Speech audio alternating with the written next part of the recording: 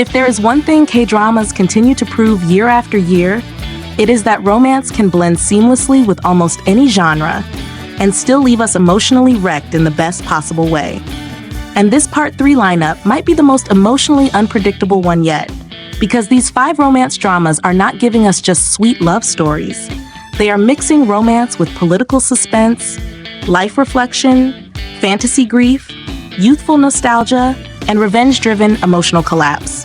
What I personally love about this list is how different each drama feels in tone, yet all of them are tied together by one universal theme. Love changes people, sometimes gently and sometimes violently. So as we go through these titles, think about which kind of emotional journey speaks to you most, because this lineup is full of dramas that could become someone's next obsession. Buried Hearts. Let's start with Buried Hearts, because this is probably the most unusual title on this romance list. On paper, this sounds like a political thriller centered around hacked slush funds, corruption, and deadly consequences. But that is exactly what makes it intriguing. When romance enters a high-stakes thriller setting, every emotional connection becomes more dangerous, more fragile, and honestly, more exciting. Park Hyung-sik taking on this kind of intense role already makes this drama worth paying attention to. He has the rare ability to make even morally complicated characters feel emotionally accessible, and that matters in a story like this, where trust is constantly under pressure. I think romance and suspense dramas works best when it grows under impossible circumstances, because love revealed in danger often feels more authentic than love born in comfort. What really interests me is how the title Buried Hearts suggests hidden emotions beneath the political chaos. If this drama balances thriller tension with emotional vulnerability, it could become one of the most compelling genre-blending romances of the year. Would you watch a romance drama where danger and betrayal matter just as much as chemistry between the leads? When Life Gives You Tangerines now? This one feels like pure emotional poetry already. When Life Gives You Tangerines brings together IU and Park Bo-gum, which alone is enough to make many fans instantly excited. But the premise also sounds deeply heartfelt. Following Ae-sun and Gwon-sik across 4 seasons on Jeju Island, this drama seems less about dramatic twists and more about the emotional beauty of ordinary life. Personally, I think some of the best romances are the ones that celebrate small moments rather than giant dramatic events. A glance across a quiet field, shared hardship over time, silent loyalty, those moments can hit harder than dramatic confessions. And with writer Lim Song-chun behind this product, expectations are naturally high because this writer has a gift for making everyday emotions feel profound. Jeju Island as the setting adds another emotional layer because place can become part of a love story's identity. This drama feels like it may become one of those healing romances that stays with viewers long after it ends. Do you prefer romances that make your heart race, or the kind that quietly break and heal it at the same time? Way Back Love. Way Back Love may be the most emotionally devastating concept on this list. A woman who has lost her will to live is visited by her first love, now appearing as a Grim Reaper, just 1 week before her death. That premise is haunting, tragic, and strangely beautiful all at once.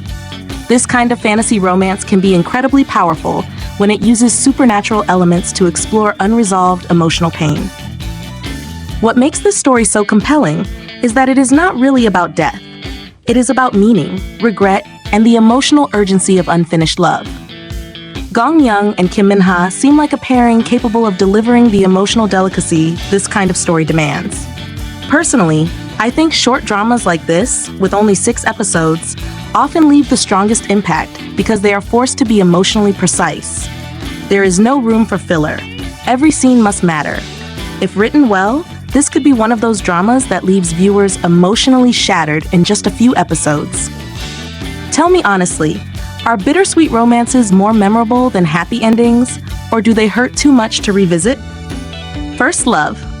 First Love brings a completely different energy to the list with its omnibus format, telling 6 different first love stories set in the same high school. That structure is fascinating because first love is one of the most universally relatable themes in romance storytelling. Almost everyone remembers their first crush, first heartbreak, first emotional confusion. What makes anthology romance so appealing is variety. Instead of one long emotional arc, viewers get multiple perspectives on how love begins, changes, and sometimes disappears. That creates a richer emotional tapestry, especially in a school setting where emotions feel heightened and immediate. I personally love stories about first love because they capture emotional innocence in a way adult romances cannot. There is awkwardness, sincerity, and emotional risk that feels raw and genuine. And because this is also a music drama, the soundtrack could become a huge emotional driver if done right. Sometimes one song can make a fictional love story unforgettable. Do you think first love is special because it is pure, or because we remember it through nostalgia more beautifully than it really was? Queen's House.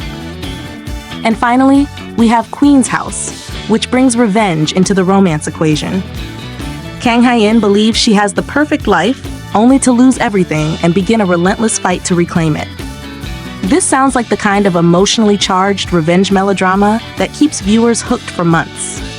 What makes revenge romance compelling is that love becomes tangled with betrayal, pain, and transformation.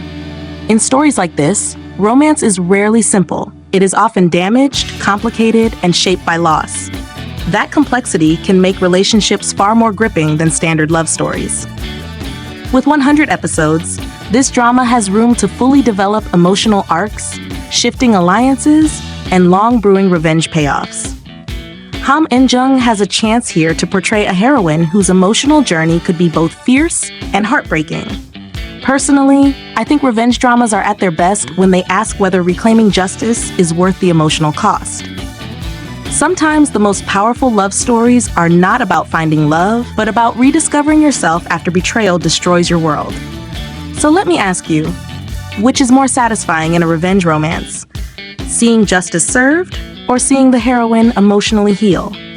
Looking at all 5 dramas together, this Part 3 lineup feels especially bold because it refuses to stay inside one emotional lane. We have thriller romance, healing seasonal love, supernatural heartbreak, youthful nostalgia, and revenge-fueled emotional collapse, all proving that romance K-dramas are becoming more layered and daring than ever. That is what makes this list so exciting. Every viewer can find a different emotional experience depending on what they need right now. So now, I want to hear from you. Which of these 5 dramas would you start first? And which one do you think has the strongest chance of becoming the most unforgettable romance of the year?